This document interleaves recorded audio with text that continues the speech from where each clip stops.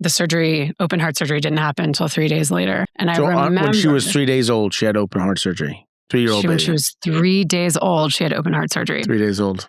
Yeah, she had a coarctation repair, which is quite common actually. And I remember handing her over to the nurse to go into surgery and thinking, it's like a total Hail Mary. You're just like, okay, you just don't know. So I think that's the closest to like pure surrender that I've ever experienced. Yeah. We spend a lot of time looking at where people end up. This show is about what happened on the way there. I'm Tope Azanidis, the founder of The Skin Deep in the End, and I want to bring you on a journey here. And I've sat with enough people to know that nobody gets there easy. In every conversation here, we get under the skin, exploring what life does to a person and what a person does with life. There's a great quote that I love, which is, the purpose of life is to discover your gift. The work of life is to develop it. And the meaning of life is to give that gift away. This is about the work, it's about discovering your gift, it's about developing it and exploring how you give it away. What do we do with life? What does life do with us? It isn't always pretty, but it's always real. And hopefully it's useful for wherever you are in your point of your journey. She spent her childhood shape-shifting between groups she never quite belonged to, and then discovered at 30 that the wound underneath all that performing went deeper than she knew. As a transformational coach and founder of Fertile Ground, Ashley Wick learned that the gold she spent her career helping others excavate had been buried inside her own life the whole time. Ashley Wick. Today, we get under the skin. How are you doing this morning? I feel excited to share some things that I haven't shared before. That feels cool. Like the process of thinking about this podcast, that I've learned a lot about what it's like to prepare for a podcast well. And also just there's been things that have come up that were surprising. And I'm excited to chat about them with you and see what emerges in this conversation. Yeah, when you say things that have emerged and come up, is that by living here in Uruguay or since filling out the questionnaire till now? A lot of my development and personal growth has been about understanding who I am, what is mine to do, and trusting and sharing my knowledge and ideas and stories. And so every time there's an opportunity for me to show up and answer someone's question, it's just another beautiful way to peel back another layer of the onion and learn more about myself. And when I'm most present, you never know what's going to come out of your mouth. And so I'm sort of just excited for the surprise of that in this conversation. Do your clients feel that way when they work with you? Exactly that? Is like an exploration of who they are and what they're there to do? I think that my role is like to be a gold digger, not in the colloquial sense, but literally to be there and hold a transformational field for them to excavate on their own, or we do it in tandem in a co-creative process, but to really excavate like what is my essence, or what is like the tap root of who I am. What's the difference between our conversation here and what you said you're excited to explore, which is like, who am I and what am I to do? And just kind of balance it with someone else and like have that exploratory, because sometimes things come up that you didn't expect through the kind of synergy of a conversation, right? Where there's no agenda you're exploring versus like that of your clients when they work with you. Yeah. Or is there a lot more agenda in the clients? I think it's a mix of both, really. I mean, in the coaching work, there are frameworks that I work within, but it's really important to just meet the person wherever they are in that moment. Otherwise, you're putting your agenda ahead of theirs. And I think a lot of times coaches, myself included, make the mistake of needing to get from point A to B. And there's something much more powerful that occurs when you let go of B and see what unfolds. And so when I'm doing my best work, I'm holding that space. Here's my first question. Okay. Like, what is an impression you think you make on others, that's false.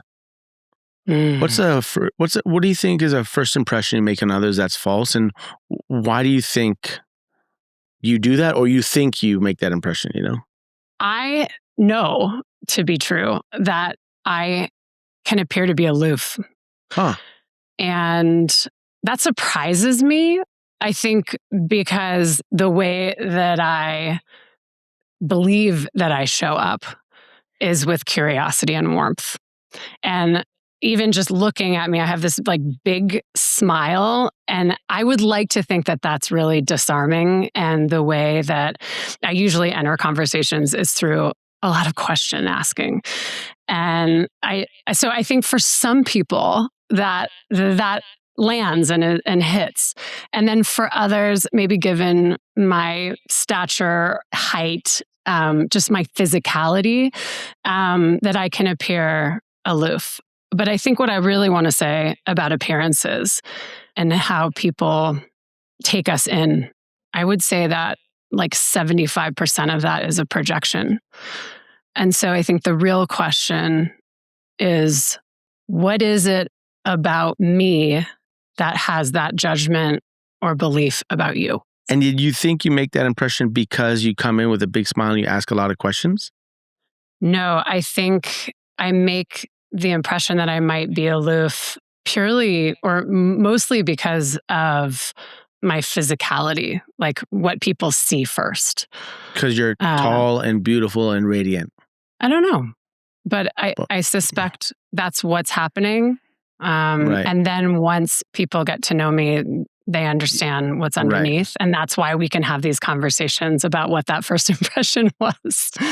Well, I'm asking about first impressions because, part of like, who am I? And like pulling back the skin of seeing yourself, part of that is about impressions that others have as a reflection back. There's like that thing about, like you say, like the jar can't know the label from the inside. So we kind of need each other to see each other. And part of that is that first impression, right? Like for me, Topaz, a lot of the time that would feed my ego because I know that the first response to Topaz is like, oh, boom, interest, like special. This is different. So that would feed the ego, right? So, yeah. But it's interesting. Well, I didn't have that impression, by the way, that you were aloof. I had a different impression. But I could see where that comes from. Yeah, I think there's two things that are interesting to talk about here. And that what I was trying to get at earlier was that what I found through my experience is that we experience other people through the lens of our experiences. Mm-hmm. So there are a lot of projections that are at play when we first meet somebody. And through neuroscience, we know that our first judgments are usually coming from a place of threat and scanning for threat. So it's not uncommon for us to be scanning for threat instead of scanning for essence, which is a larger theme of the work that I do and I think is so exciting and what we've talked about before. Yeah. Because once you can get past that initial snap judgment and get really curious about what lies underneath, there's so much more possibility for connection there. What I hear in that is that your first impression of others says more about you than it does of others. Correct. Right? I have a friend who always tells me, he's like, Topaz, you don't know shit. And I just keep hearing that over and over because the older I get, the more I realize that is a true statement. Like, I don't know. And we think we know. And yet actually to have humility to understand that we don't and we're curious is like a skill set, right? And there's also such an opening to like totally. See. Well, the other beautiful thing about the jar analogy is that we need each other to see ourselves.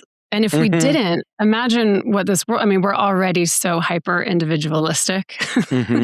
And so we really need each other to see ourselves in the purest, most honest light.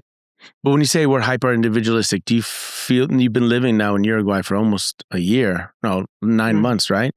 Is that true in general for humanity or do you think that's also partly cultural? No, I think it's absolutely cultural.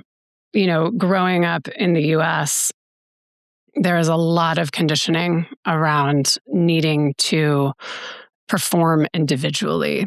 and have value individually. And what's coming up for me right now, actually, is this moment that I had on the beach recently here in Uruguay. There was a child that looked very lost. And I remember spotting her on the beach, and I turned to my husband, Oliver, and I said, I think that kid is lost. And then within 5 minutes, someone had hoisted this child up on their shoulders.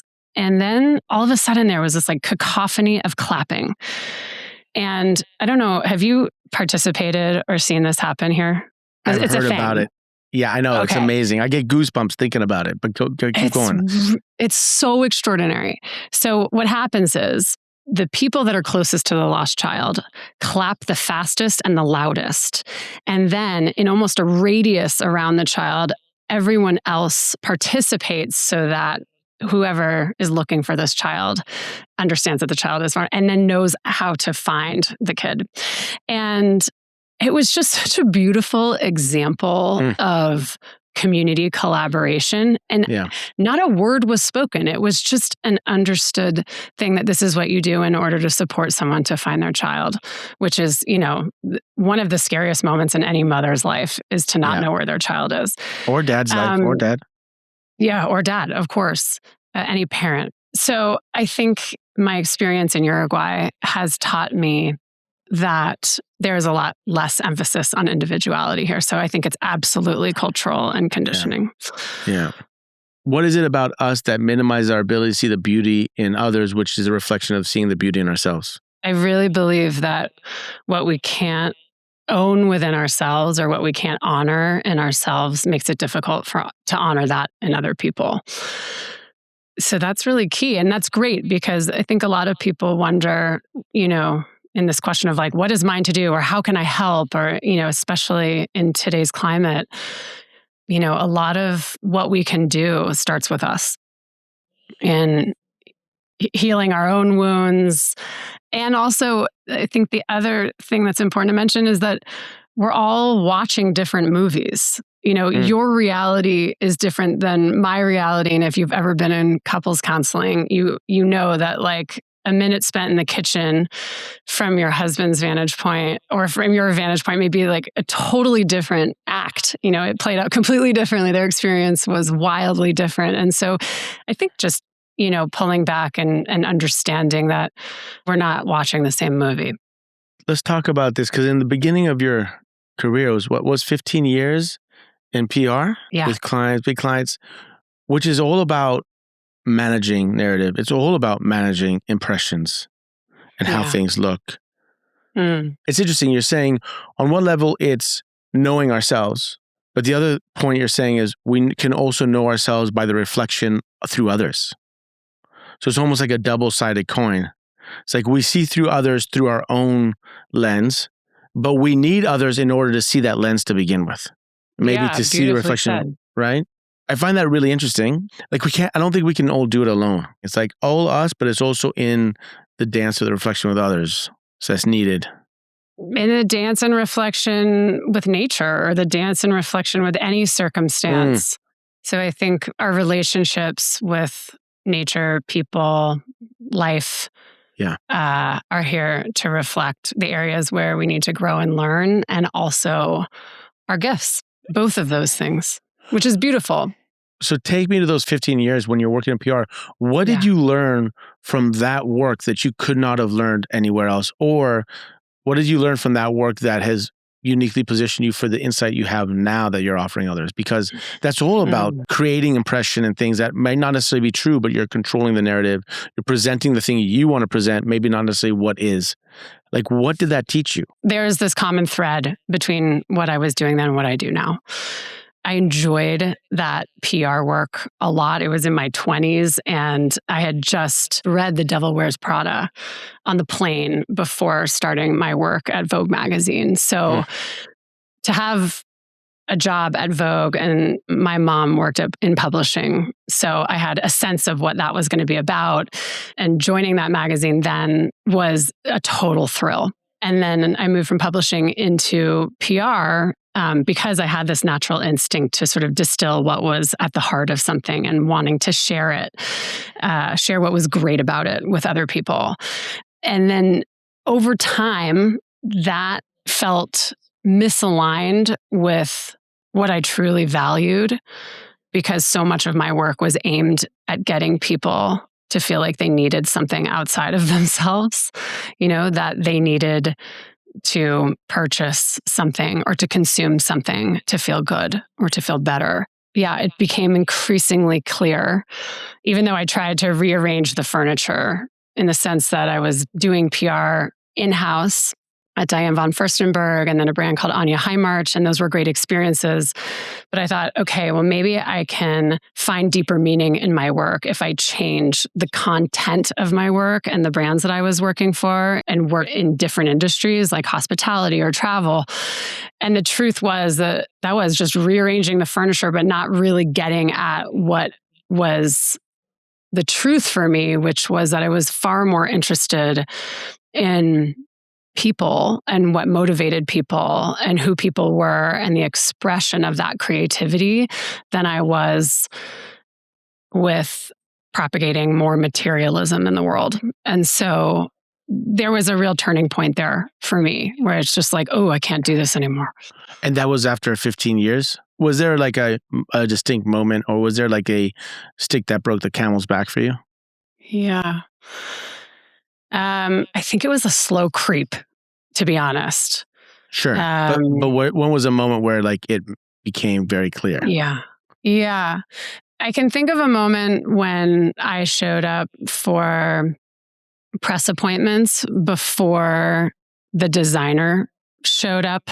Like the doors were locked. And I remember thinking like, this appointment's going to start in 5 minutes and this editor is going to arrive and they're not ready for it. And I felt like I cared more about what this editor was going to experience and how great the offering was, and that the team itself like wasn't prepared or they didn't care as much as I did about it. I remember that memory feeling like, gosh.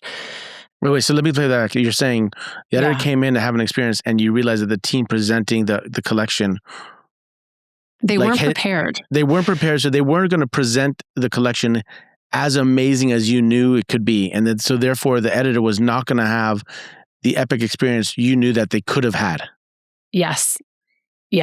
So that was one pivotal moment for me. And then there was a forcing event, in 2009, after the downturn, I was let go from Anya Heimarch. And so I was forced to take some time off to really recalibrate and think about what I was doing. Mm-hmm. Yeah. And why I was doing it. But my experience with PR is defining the goal for what works in the marketplace, not necessarily what's actually there. Right? Yeah. Like maybe the founder, maybe the company, maybe the product is like really excited about this thing, but the market doesn't know how to understand that thing. Or the market is not interested in that thing because it's ahead of its time or behind its time or because it's different. It's not in the fad. And the PR publicists are with the trend and they're like catching the waves of the moment. So they're looking at the product, they're looking at the team, they're looking at the company, the brand, and saying, okay, what do they have that we could shape into the surfboard to ride the current wave? Which is not the same as finding the essence of the thing. What are your thoughts there? Because I feel like when you find the essence of the thing, like maybe there's no market for that right now. God knows that's happened in my life many times. Yeah, that's absolutely true. I mean, I think that is what was happening in the media landscape, that there were more opportunities to tell longer, more essential stories about brands and founders. And then that dried up. And so the meaning behind my work shifted. It was very superficial, what was being requested, and the rubrics that were available to storytell were relatively superficial. I mean, that's not entirely true. There were and still are magazines that do really beautiful, deep journalistic work. But in the fashion industry, it shifted and it became much more about influencers and what their interpretation of your brand was, not what you stood for. So it just shifted. And with that, the meaning of my work shifted. And you really feel the media landscape shifted and not you?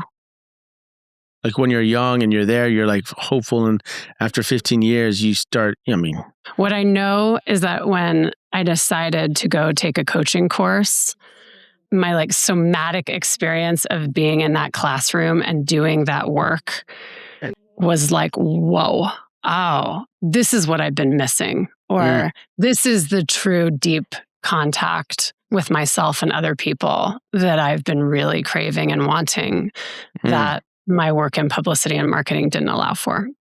Was that during the break after 2009 and you had some time? Did you go do a coaching course? Yes. Something happened early on in your childhood that got paid off in that moment. You're like, oh, what happened there that sprouted the seed that was laid in somewhat in your childhood or teens or no. Is there any connection? When I was younger, that first chapter was, I think, really about struggling with belonging and trying to understand what I belonged to and who I belonged to, because I was a kid that grew up in a family where my sister was an incredible photographer and my older brother was a great artist and interior designer. And my dad was a merchant banker, and everyone's gifts were really obvious. Well, what child are you? Are you the middle? I'm in the middle. You're in the middle. Yeah. And your sister's young and your brother's older. So they clearly had their talent? Yeah. So I have 2 older half siblings and then a younger, and then a younger brother. Yeah. It just felt, to me at that time that there was a clear path for them to explore their gifts. And it was not as obvious to me. I was athletic and I felt the most flow on the athletic field, but I didn't really know what my special gifts were or what I was supposed to do. And I also remember that being reflected in my group of friends. Like, I think because at the time I was poly-passionate, there's so many things I was interested in. I'm an Enneagram 7, that I had like athletic friends, and then I had academic friends, and then I had another group of friends. And so I never felt like I really belonged to any one group. I felt like a floater in a lot of ways. Give me a quick description of what's an Enneagram 7. I don't know what that is. Yeah, an Enneagram 7 is profile. It's a personality test, a profile test. Yeah, and there are 9 different personality profiles, and I'm a 7, which is the enthusiast. So the neurotic part of 7s is that they can spread themselves thin, and they're always chasing the next shiny object and not staying focused and developing deep expertise in something, for instance.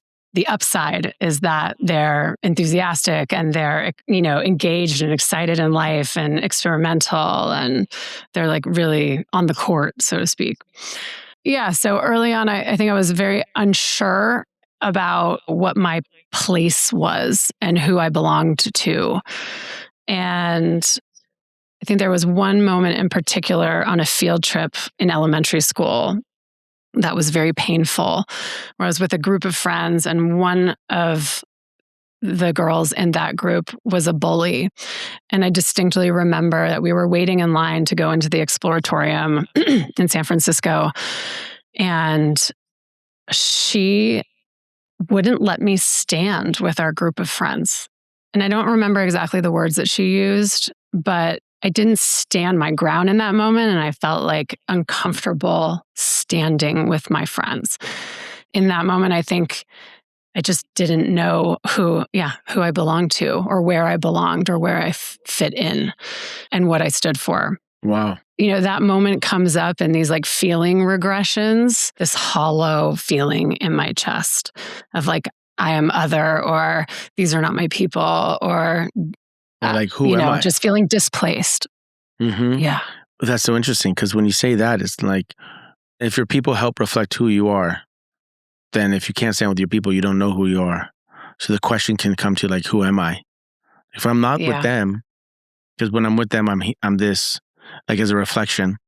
Then if I'm not with them, who am I? And I can see that. I mean, that's a lot in your questionnaire that you're exploring now, or you're continuously pulling back the layers of that, right? Yeah. Yeah. And I think as a result of not knowing where I belonged, I tried a lot of things on, and it led to this behavior of acting like a chameleon in order to fit in wherever I was. And then in that way that I was playing the chameleon and shapeshifting, I diluted even more of my sense of self because I was trying to please in order to belong. Was there a moment where you stopped doing that? I think it all coalesced really at this time that we're talking about, when I started to take that coaching course and really understand, well, who am I right now? Yeah. Because who we are, that changes. Totally. And, who am I and who am I becoming and who do I want to be and what do I value? And all those questions were like, oh, finally, there's like spaciousness for me to really like dig into that and unearth it and understand the truth of it, because I had been playing all these other roles and had developed this pleasing persona in order to gain approval. And in that moment was like, you don't need to do that anymore. Stop it. Just like lay it down and figure out what's happening underneath. So it felt like a huge relief, Topaz. Yeah. Yeah. But that question is like, who am I? I did a silent retreat for 10 days last year, and many yoga practices have that question, like just meditate on the question of who are you? Who am I? Yeah. Who am I? And that's like a never ending peeling back the onion to the universe, to whatever it is. Who am I? That's a lifelong question that will never have an answer, but it's a worthwhile journey to be on, in my opinion. And I think it's so important. Let me share. Just Go ahead. add something to that, actually, now that I'm thinking about it. Yeah. When you talk about these like 3 different acts in our life where we're discovering who we are. And then in the second act, I feel like that was really for me, about healing that wound of not belonging or feeling like in the wrong place or being wrong. Everyone has that sort of like fundamental ache inside of them, I believe, or that I've experienced, that disrupts our sense of interconnectedness, our oneness, that sort of non-duality, which I'm still trying to understand myself. But so I think that second chapter for me, it wasn't really a moment, but it became clear after I started coaching that there was something powerful inside of me that I could unleash more of. And it felt like a drip feed. Like there were moments when it became clear that I was way more powerful than I realized I was. I remember I signed up for a half marathon, and my brother and I were running in the Marin Hills. He was helping me prepare for the marathon, and we got lost in the Marin Headlands. And it wasn't necessarily scary, but I was concerned that I wasn't going to have enough juice to get back to the car. And once we figured out where we needed to go, I think there was like 3 more miles left. And in the last mile, I experienced runner's high, and I had never experienced that before, where I had just lost my mind. Like my mind was not in charge anymore. And my body just took over. It's the only time I've ever experienced runner's high in that way.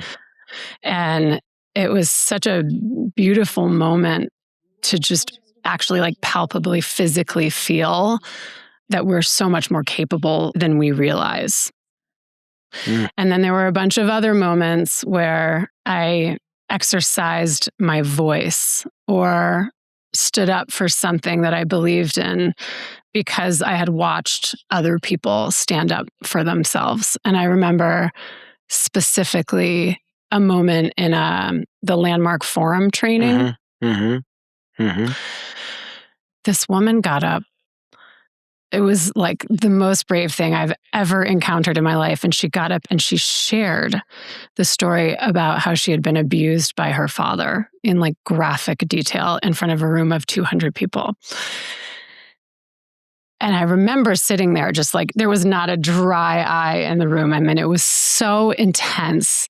But I remember thinking, wow, this woman has done enough of that work to heal herself in order to stand here and share the story with everyone. It was just such an important moment for me because I had also encountered some childhood abuse.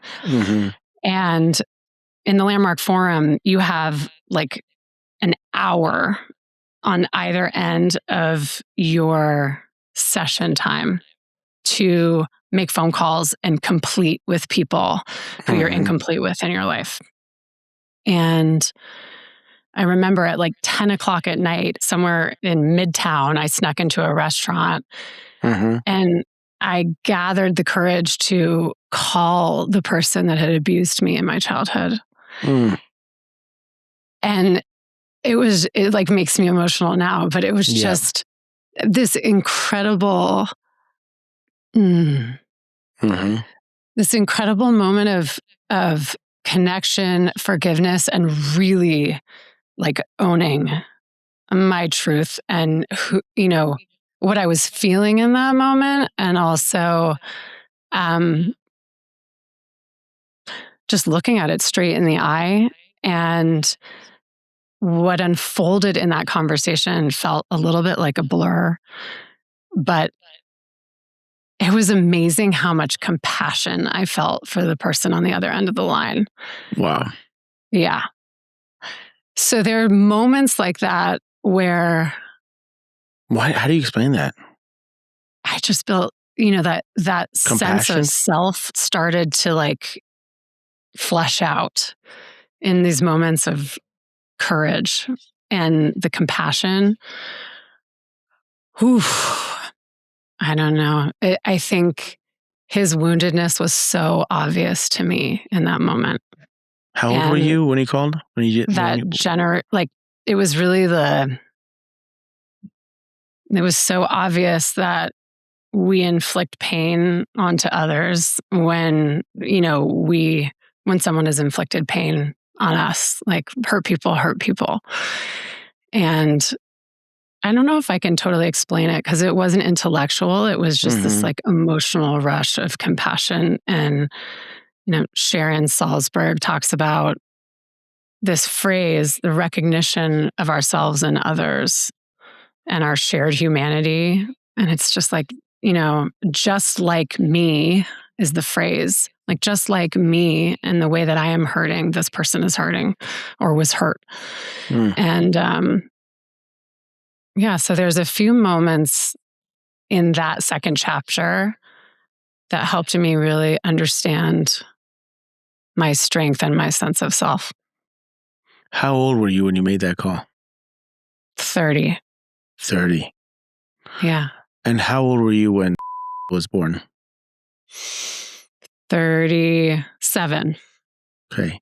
So here's like the heart of a question I have for you, which ironically is all about the heart, which ironically is your middle name, right? Hearts? Which to me is like in your questionnaire you wrote about, one of the most proud of, and one of them was confronting or being compassionate with your childhood abuser. And the other one was how you and your husband, confronted or dealt with or managed having the heart surgery for your daughter when she was born. Yeah.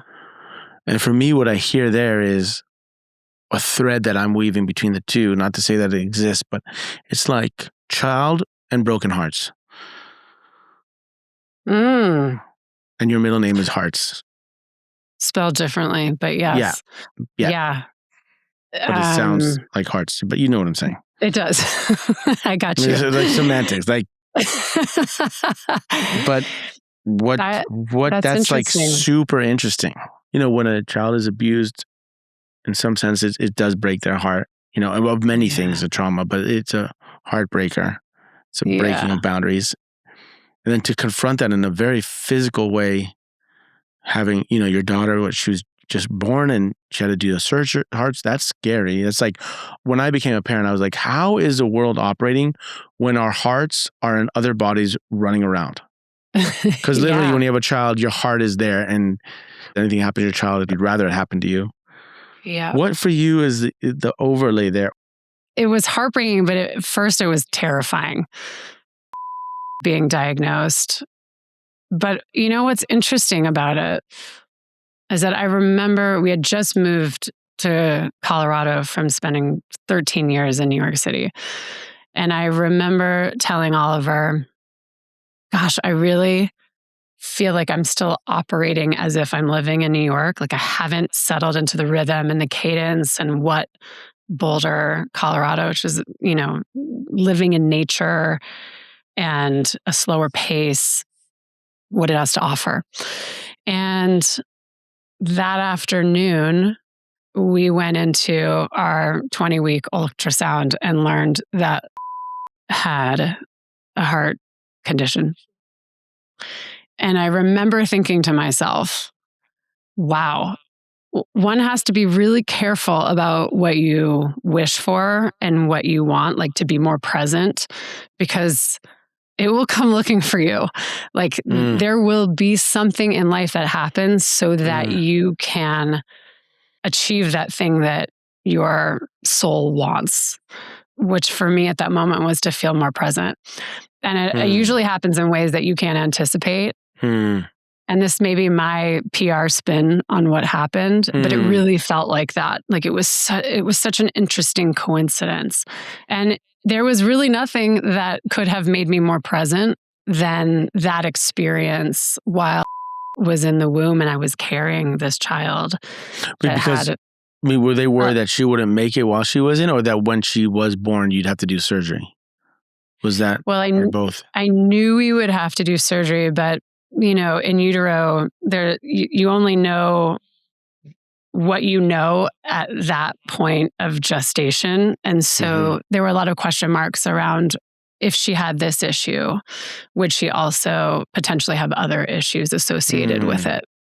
They call them mainline issues. So there was something occurring in her kidney, then she had the heart issue, and then we were wondering if there might be sort of neurological conditions at play as well. So there was a lot of not knowing happening over the course of 6 months, and even after she was born. And so I think what I would say about the experience for me, anyway, was it was a real mixed bag. But now that I've had space from it, I can look back on it. It was a real exercise in not knowing and trusting the process and trusting her, not even knowing her yet, but knowing her, trusting ourselves and trusting our doctors. And I remember handing, after she was born, the surgery, open heart surgery didn't happen until 3 days later. And I remember when she was 3 days old, she had open heart surgery. 3-year-old baby. When she was 3 days old, she had open heart surgery. 3 days old. Yeah, she had a coarctation repair, which is quite common actually. And I remember handing her over to the nurse to go into surgery and thinking, it's like a total Hail Mary. You're just like, okay, you just don't know. So I think that's the closest to pure surrender that I've ever experienced. Yeah. Yeah. And you get comfortable with the idea of death in a new way, which is important too, it might not work out. Why is that important? Well, because we're all going to die.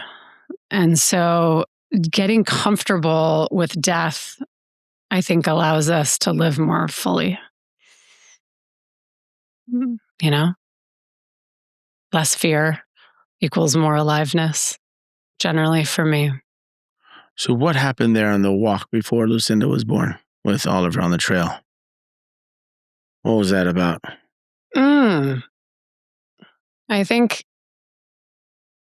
take me to that moment. What took you out on the trail, and why the trail, and what was going on there? Why is that special? Well, the walk itself wasn't necessarily special because Oliver and I, one of the big reasons why we moved to Boulder was to spend more time outdoors. So we hiked a lot.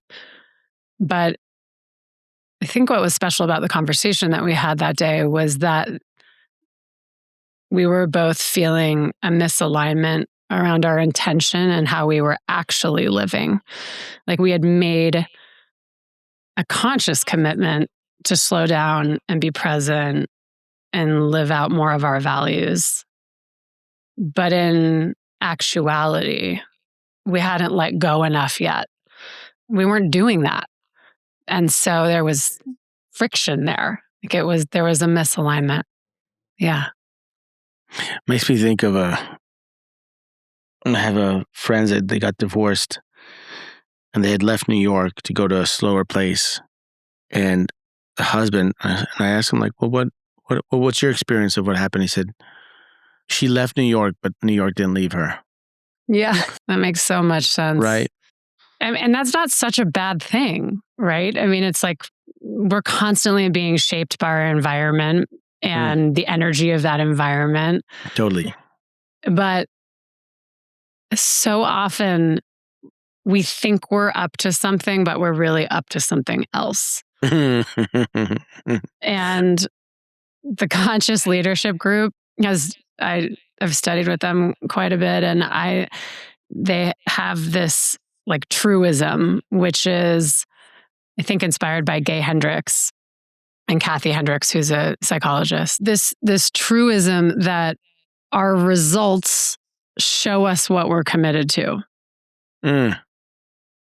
So at that time, I think my results would have shown me, or did show me, that I was working a lot, not spending a lot of time in nature, focused on making money, and not being present in my relationship. And so the results show us what we're focused on. Not our words, the results. The results show us what we're committed to, what we're really committed to. Yeah. So it was like a little mini reckoning. That was right before Lucinda was born. That hike took place. That discussion took place the morning before we found out about her heart condition. Yeah. Wow. So that's what you mean, be careful what you wish for. Because you said about presence, being unpresent, then boom, something was like, here you go, and not in the way you wanted, but that made you super present. Exactly. Copy that. Wow. Life is the master teacher. Life is the master teacher. I was thinking about how there is this theme in, I think, all of our lives, but especially in mine, where the breakdown becomes the breakthrough. Totally. You know, that our greatest growth happens in moments of suffering or challenge, which doesn't necessarily, or like, you know, maybe suffering is not the right word. It's more like moments of reckoning or pain or challenge. I think suffering can be optional. Right. A great way I've heard it from a friend, she said, it's when the rupture becomes the rapture. When the rupture becomes the rapture. Yeah. Yeah.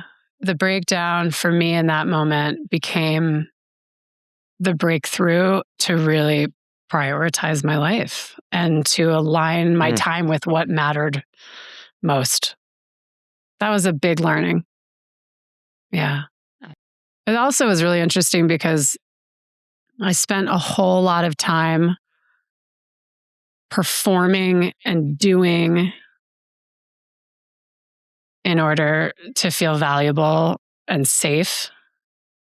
You know, like that was my protective mechanism, like whether it was achieving or doing more, and there was nothing to do but sit and wait and to just see what unfolded and how she healed.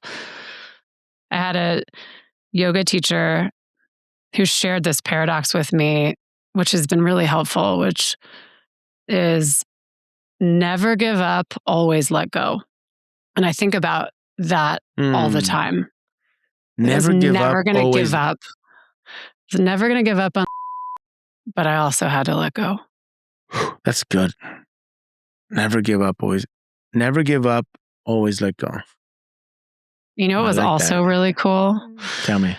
You know, and I don't want to just gloss over the hardship of it because, you know, we lived between a hotel and a hospital for a month, and my other daughter was being juggled between grandparents, and there was a lot of uncertainty and a lot of crying in the shower. And, but what was really cool, to tie this back to what we were talking about before, which is like, how do we develop our gifts? And I think that the question for me was like, how do I trust my gifts? There was a moment after was born, she came home. She wasn't drinking enough milk on her own. So we had to put a feeding tube in, which she clearly didn't like. She would rip this feeding tube out of her nose. We had to put socks on her hands, this poor child. It was very uncomfortable for her, irritating her esophagus, I'm sure. I can't even imagine. But every time she would rip it out, we would have to drive, an hour, 45 minutes to the hospital. And then it would take another 2 hours to get it reinserted, yada, yada. So it was an ordeal every time she did it. It was a real inconvenience. And there was this moment where she ripped it out. I think she must have been 4 months old. And this was about 2 weeks before she was going to get a G-tube, which is another device that they use to help children get the nutrients they need in order to thrive if they can't ingest it themselves. And she ripped the feeding tube out again. And I looked at Oliver and I just said, we're not going. Maybe she's trying to tell us something. Like, what if we trusted her to actually drink enough milk or to do it on her own? And I remember calling the doctors and they tried to dissuade me. They thought it was a terrible idea. They were playing it safe. And I said, I don't know. I think we should try. And I just remember trusting my intuition in that moment. And sure enough, it was a little rocky at first, but like 2 to 3 days later, she was taking enough milk in order to thrive. And we avoided having to do the G-tube. And I think in those moments of pressure in particular, when the authorities or the people that know or should know more are experts, it's difficult to trust your gut. But that was another like mini moment of feeling like, what I know and my truth is as valuable as what the doctors have to say about this. So. Well, does that go back to trying to be part of the group and being told you're not part of the group and kicked out and not standing up for yourself? So then like, same thing here, like, no, this is the way to do it. And therefore that's how the reality is. And you're accepting it, to now saying, no, I'm imposing my own intuition into the reality. Yeah. I mean, I think prior in that first chapter, I was outsourcing my knowing to others and trusting others' wisdom before checking in with my own. We're not filtering things through my understanding Also, there were a number of moments, and I'm curious to know if this is resonant for you too, where that sense of belonging was challenged. I remember in my first job at Vogue, when I decided to leave after a year of being there, I approached my boss and I shared that I was going to take this other opportunity. And he looked at me and he said, I knew you couldn't cut it here anyway. And I was 22 years old. Wow. Oof. And I remember thinking, wow, that was tough to hear. And at that point, I already understood that environment to be cutthroat. So there was enough of me that knew that this was more about him than it was about me. That was painful. And I remember writing a letter with my dad to my boss to share my perspective around why I was leaving and what the opportunity could have been in our relationship. So trying to right that ship and sort of and equalize the playing field a little bit, or just to share my truth in that moment. Right. Okay, well, let's pause for a moment. First, why did that hurt you so much, that statement? And secondly, why did you have the need to right the ship from your perspective at 22? Like, why was that important to you? And then what was your dad's role in that?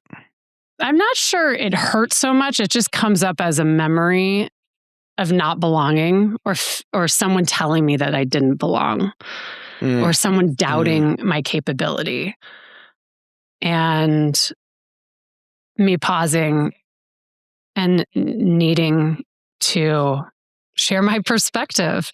My dad, he actually worked in the human potential movement in the 70s. So he worked with Werner Erhard, who then created EST, which is the landmark forum now. Yeah. And he has this really beautiful ability to also see the truth of situations. He's also very righteous.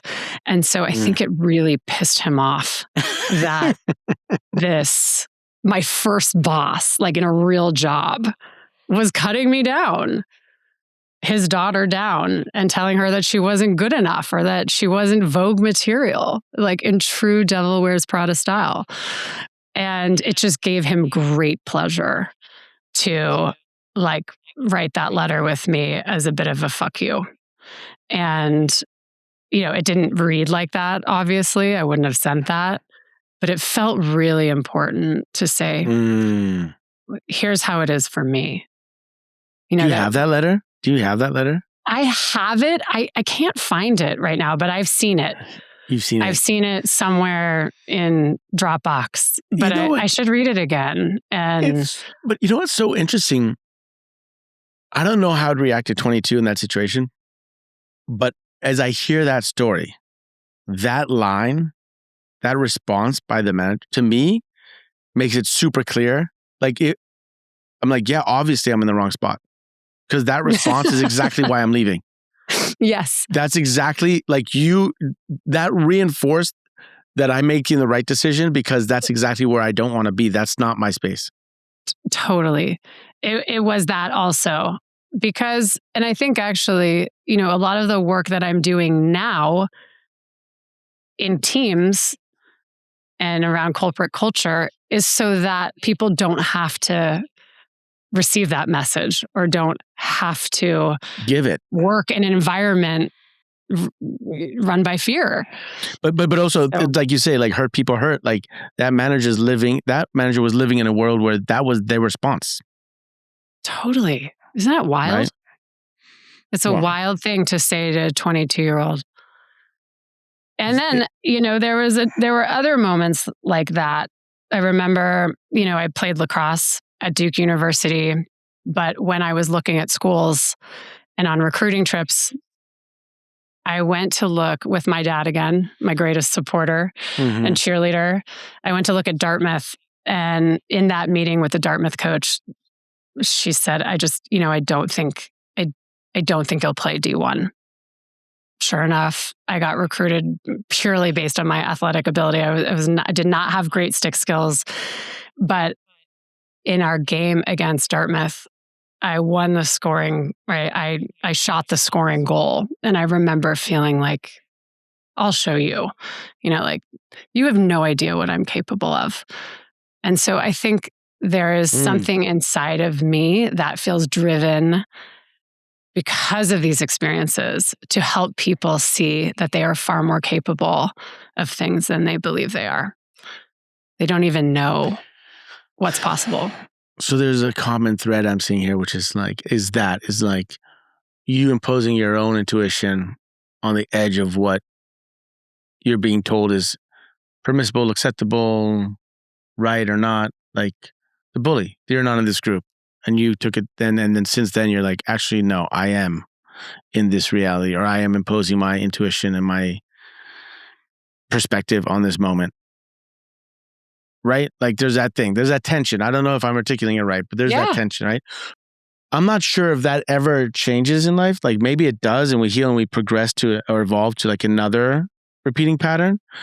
But how is that pattern currently living in your life now? Like, what is it currently that you are pushing against and imposing your intuition against, or your will or your perspective, and making sure that it's heard? Like, is there something that now is pushing back against and that is creating the space for that you need to step into? Yeah. Well, I think in those moments, the energy around it felt defensive. In my 20s, I was like, trying to prove myself, and it felt defensive in a lot of ways. Like, no, I do matter. I can do this. Good point. Yep. And now it doesn't feel like that. Now it feels playful. Now it's like, oh, that's a crazy idea. Maybe I should try that. Or, you know, what if this was true? Or what if the opposite of that was true? Or what if, you know, so it's like it feels more lovingly challenging at times and a lot more playful. And I think that comes from what? That comes from you evolving and dealing with the age, right? Having enough trophies in your closet, you can say like, oh, I don't need to be defensive. Like, I know it. Yeah. I think it feels like a relaxing back into my center. I don't know if it has so much to do with accomplishment. I feel more comfortable in myself. Mm-hmm. When I want to say accomplishment, is more like when you see enough that you can that your perspective can be reality and that you can affect the world around you and it comes back to you. You can't see the label from inside the jar. But when you reflect back enough times, you're like, okay, that is true. I can do that. I can fully offer this value. I can fully step into this. What I see, and I see the essence, like, is actually reflected back to me that does resonate with others. It's not just me. That happens enough time that you know you can walk with confidence. Totally. I have a coach friend that calls it agreement. Like when there's there's agreement over time around a skill of yours. Yeah, that lends to conviction and confidence. Right. Absolutely. Yeah. And I think that and my sense of humans and our progression in life is that we go from being very self-centric as babies, even because we have to be in order to survive. And then our awareness starts to extend beyond ourselves. And so now I'm not coming as much from a place of, what can I prove? And it's more about like, what can I offer? How can I serve this moment or this person? And so my hope is that it increasingly becomes less about me. It's not even about me anymore, because I think that's where we do our best work, and that's where we feel the best and we feel the most fulfilled. Mm-hmm. Yeah. So what keeps you up at night these days? AI, along with everyone else. Right. No. What about AI? What is it about AI that's keeping you up? I think it will be really interesting when AI takes over jobs and renders people without purpose. So that scares me. Like, what happens when people don't have a daily purpose? I'm like less concerned about the way AI impacts the coaching industry, because I actually feel like what AI can't do is to feel and to hold this kind of transformational presence for people to evolve, and that our connection to each other is always one of the most important things. I think we're all searching for belonging and connection. Mm-hmm. And while it can give you tactical advice, that it's not able to do that transformational work. Mm-hmm. So that, my sense of people is that they are most fulfilled when they're living on purpose, whatever their purpose is. And there are a lot of people, of course, that are not working with purpose, or, but still it's like a reason to get up every morning. And so I'm just curious to see how that plays out. When we like lose a big part of our identity, what shifts? Well, but like for me, when you say that is, well, they're losing a previous purpose, and therefore they're going to have to find a new purpose, and therefore they're going to need more of your services. They're going to need more of your support, because I'm stoked. The purpose before for many is like, I just need to make a living to support my family. Now that you have AI taking that away and now challenging you, like, how am I going to offer value in this new world? Or now that I can get so much more done with AI, what am I doing with the rest of my time? What's the purpose that I'm utilizing with that time? I think it's giving us the opportunity to deepen what we do with our time, or because media and content is getting so much richer and more entertaining. Like the numbing effects, the numbing drugs of media are getting so strong that you can either just choose to get lost in that and like get lost in the numbing of watching other people's content or that, or actually, what am I doing with this extra time? Yeah. How's that deepening my humanity to others and with others, to people I find important, to the causes I find important? And that exercise, to some degree, you could get the sense of that from AI and conversation, but actually a deeper one is with another human being who's reflecting it back. And that's why I think your services are going to be needed more than ever, frankly. Let's see. Let's see. Yeah. I love that. And I think what you're pointing to is also that, one of the greatest justifications that I hear about people not living in their zone of genius and really being more self-expressed is that they have to make money. And universal income might solve that problem and open up time for people to get clear about what it is they really would do if money wasn't an issue.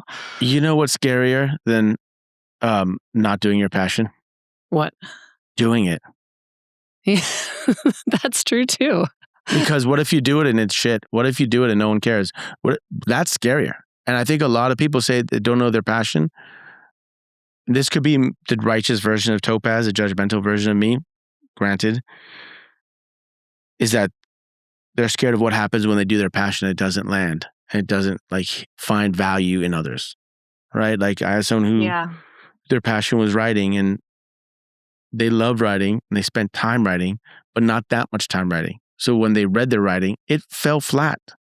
Yeah. Because they didn't put in the 10,000 hours or whatever it is to really, and then they stopped because it was scary. Like, wait, I'm passionate about this, but it's not finding its place. And maybe as an artist, like for me, I know I spent hours, keep doing it.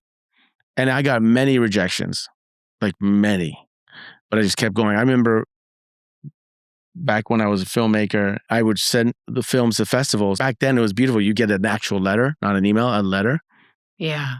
They come into my like little room where I was, where I was working, but on the wall was just probably like 60 pieces of paper, like layers of just rejection letters. You'd post them. All of them up on the wall, like all in front of me. And they're like, are you as okay, motivation? Topaz? They're like, basically they're like, Topaz, are you okay? Like, what's that? These are like, you have 3 layers deep of rejection letters in front of you. I'm like, yeah, that's the mountain I'll one day stand on. Absolutely. Beautiful. Right? And all those rejections have kind of led me to the place where I offer the most value. Because I wanted to do this. Yeah, I wanted to do this thing. My ego was driven there. I was answering my dad's question, and I was getting no's. What was your dad's question? Is it genius? It's got to be genius. If it's not genius, it doesn't count. Oh. So is it genius? Oof. So everything was like, which is basically like, do they think it's genius? And so that's really tough to live through that. And it's a high bar. It's a super high bar. And especially because a lot of people don't even believe they have genius inside of them. But like it doesn't count, it's not genius. So that's like the starting point. So it's like you striving for that. And it's really hard to be seen that way, or maybe be seen, like fully seen, and then also see yourself. But anyways, I mean, that was my life path. I don't regret it. I mean, that shaped who I am. But ultimately it took me a long time to find my value. And once I did, like it actually became easier. But I could not have found it if I stopped in the passion because I got 1, 2, 3, 60 rejections, Totally. Or where you see your friends really succeeding in the same field and you're like, what up with me? And I got angry and I got defensive and I got aggressive, and that definitely made a bad impression on other people, right? They're like, what's up with Topaz? Like that guy's a little bit aggro. Like what's up with him? Sounds like you really leaned in. Yeah, you leaned in. Interesting path when we look. I think your point about what happens if we do what we most care about and fail is a really juicy one. Tell me more. I think that What? stops people in their tracks from pursuing. It's a hiding strategy. You know, to not do it is to not know if you're good enough. But that's not really the question, right? The question is not, can I do it? The question is, who am I becoming if I do? Aha. Who are you becoming now that you're doing it? Right now? Yeah, who are you becoming? You've done a big left turn to a right turn to go back. But like, your daughter just turned, what, 9 and 11? Healthy. You're here. You're living in a different environment. What is that shaping into? What is the offering that you think the universe is inviting you into right now, or challenging you into, or like placing an obstacle in front of you so that you are in the becoming of something? Like, what do you find yourself in now? I What do you? think I'm in coming to Uruguay, and we didn't really know that much about Uruguay. I had been here 20 years ago. Yeah, don't say too much good stuff about it, because I don't want more people coming down. I won't. So don't be too detailed. Here. Just tell them how bad it is. What comes up for me when I think about that question, is that this time living abroad in this unknown country that we don't want to promote is really about unwinding and shedding.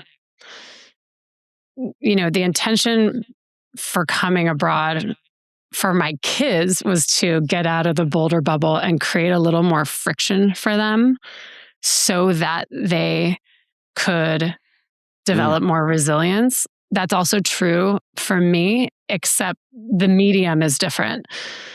So for them and for my kids, it's about, how do I make new friends? How do I sit here in this classroom while Spanish is being spoken and I don't understand anything and need to learn how to do these fractions in another language?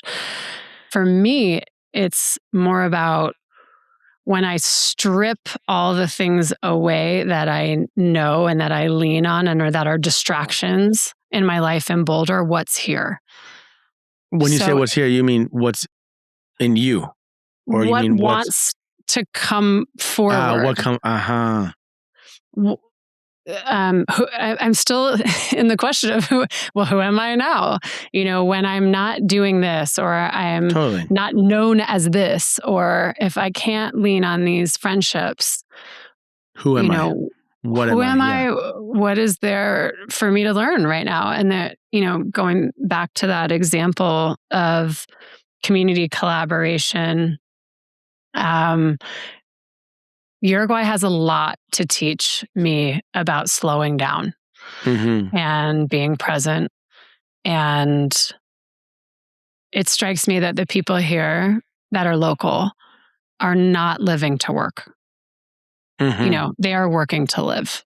Yeah. And there is no rushing or hustling. It's just not really part of the culture here. And that feels like such a bomb after being, you know, in New York especially, but a just good being bomb, in the US. Right? I mean, a bomb is like a bad word, right? Yeah. Bomb, BALM, bomb. Oh, bomb, like bomb. I went to bomb. Okay.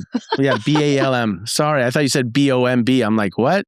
Got it. No. Bomb. Totally bomb. No, yeah, totally. It's the medicine. It's the medicine that I think a lot of us overachievers need and want. And I also think that it's sharpened my listening skills even more. And so oftentimes I will just stand or sit somewhere at a dinner table or wait for my kids to get out of school, and because I'm still learning Spanish and I can't speak, I have to be with the discomfort of just listening and not contributing.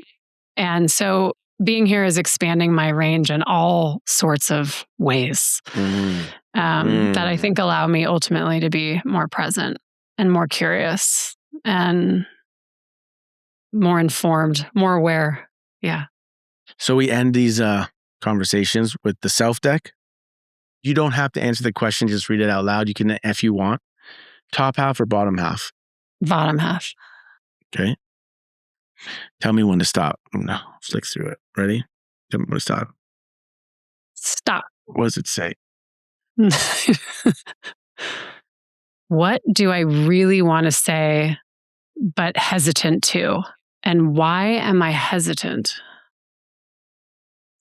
Ooh. I'm sort of drawing a blank at the moment. But you know what's funny is I feel pretty self-expressed. I know, but you know what that question relates to?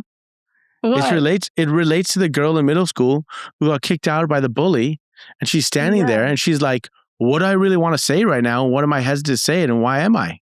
Yeah. It goes right back to that moment. That's so interesting. Yeah, it feels like the perfect question to have asked her in that moment, or asked her in my boss's office at Vogue, or exactly. Gosh, I don't know if I feel hesitant to say anything right now. I feel really open, actually. I think what I really want people to know is that they can trust themselves to be who they really are. That it feels scary, and there's 1,000 reasons not to go put yourself out there, or to say what you want to say, or to trust your idea. But you got to go first. You just have to do it. But you say people can trust themselves to be who they really are. How do you know that? What I'm trying to say is that what pains me is people living lives that are not fully self-expressed.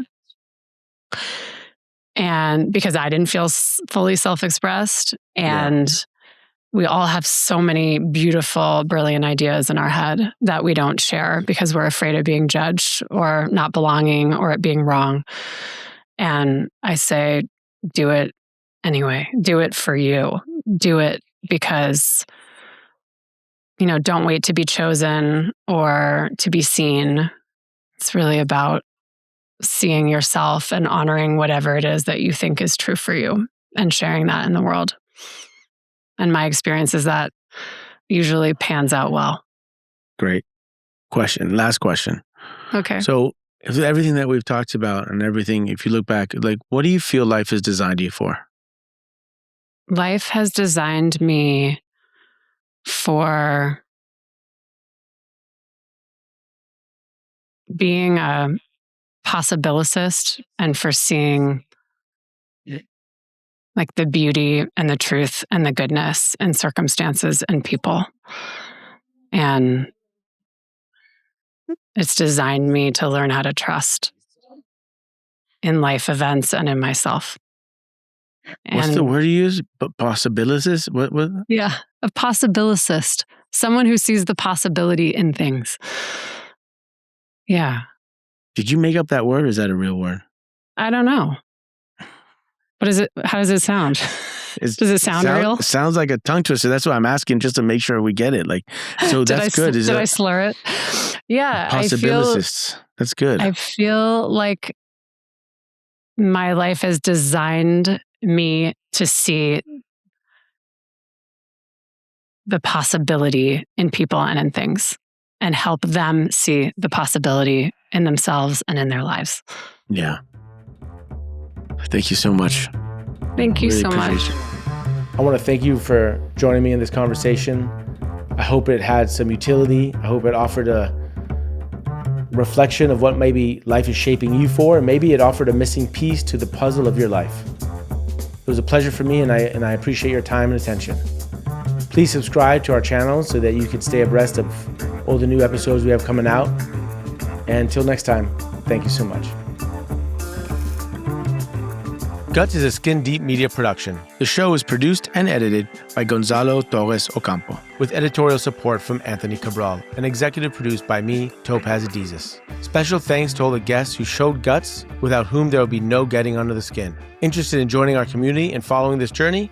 Visit guts.podcast on YouTube, Instagram, and theskindeep.com for in-depth conversation card games that create the space for connection, intimacy, and deeper conversation.